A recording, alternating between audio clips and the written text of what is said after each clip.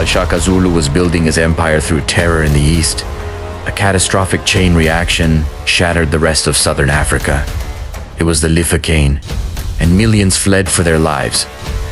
But out of the ash rose an unlikely warlord, Manthatisi, Queen of the Batlokwa, armed with a legendary iron battle axe and a desperate resolve.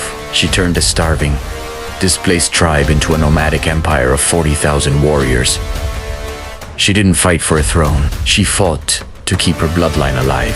Manthatisi was never meant to lead an army. She was the chief's wife. But when her husband died suddenly, the Batlokwa tribe was left vulnerable, surrounded by predators. Her son and heir, Sikanyela, was just a toddler. Seeing a power vacuum, rival male elders moved to seize control. But Manthatisi defied centuries of tradition. She stepped into the vacuum, claiming the regency. Her political victory was short-lived. The shockwaves of Shaka's wars finally reached her borders. A massive, desperate wave of Halubi warriors, driven from their own lands, crashed into the Batlokwa territory like a tidal wave. Their homes were flattened, their cattle stolen, and their food supply destroyed. Manthatisi faced a brutal choice: stay and watch her people get slaughtered, or abandon their ancestral lands and become wanderers. She chose to march. An army on the run is an easy target. Rival tribes constantly harassed the migrating Batlokwa. Viewing them as weak refugees, they underestimated the queen. Manthatisi realized that to survive, they could no longer behave like victims. They had to become the apex predators of the highlands. In her first major counterattack, she didn't hide in the rear. Wielding her crescent battle axe, she rode and fought at the absolute front of the vanguard. Manthatisi's greatest weapon was not her axe, it was her mind. She understood psychological warfare. Outnumbered by rival kingdoms, she devised a brilliant deception. Before a battle, she ordered all the women, children, and old men to line the highest ridges of the mountains. She gave them long mats, blankets, and walking sticks, ordering them to hold them up like spears. To her enemies looking up from the valleys, it appeared that Manthatisi commanded a ghost army of hundreds of thousands. The enemy was not her only foe. The high-altitude plateaus of southern Africa were brutal. During the winter, freezing winds and snow battered the nomadic empire.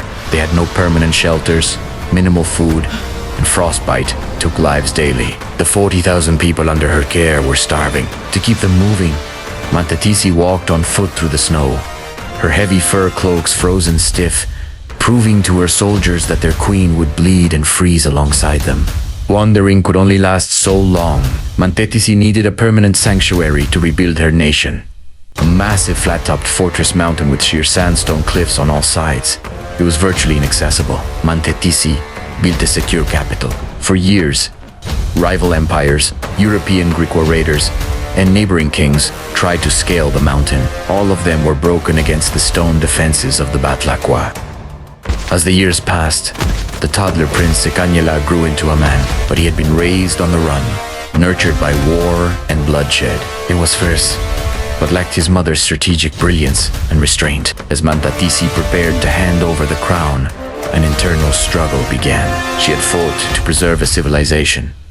Her son wanted only to exploit its power. The transition of power would test her maternal heart more than any war.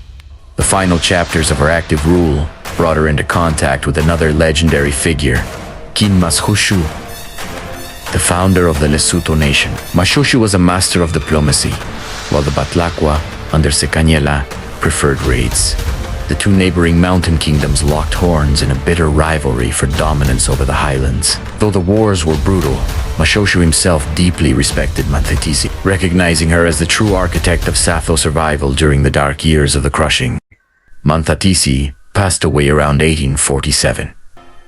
History written by outsiders often painted her as a terrifying, chaotic force, a mythical queen who led a destructive horde. But the truth is far grander.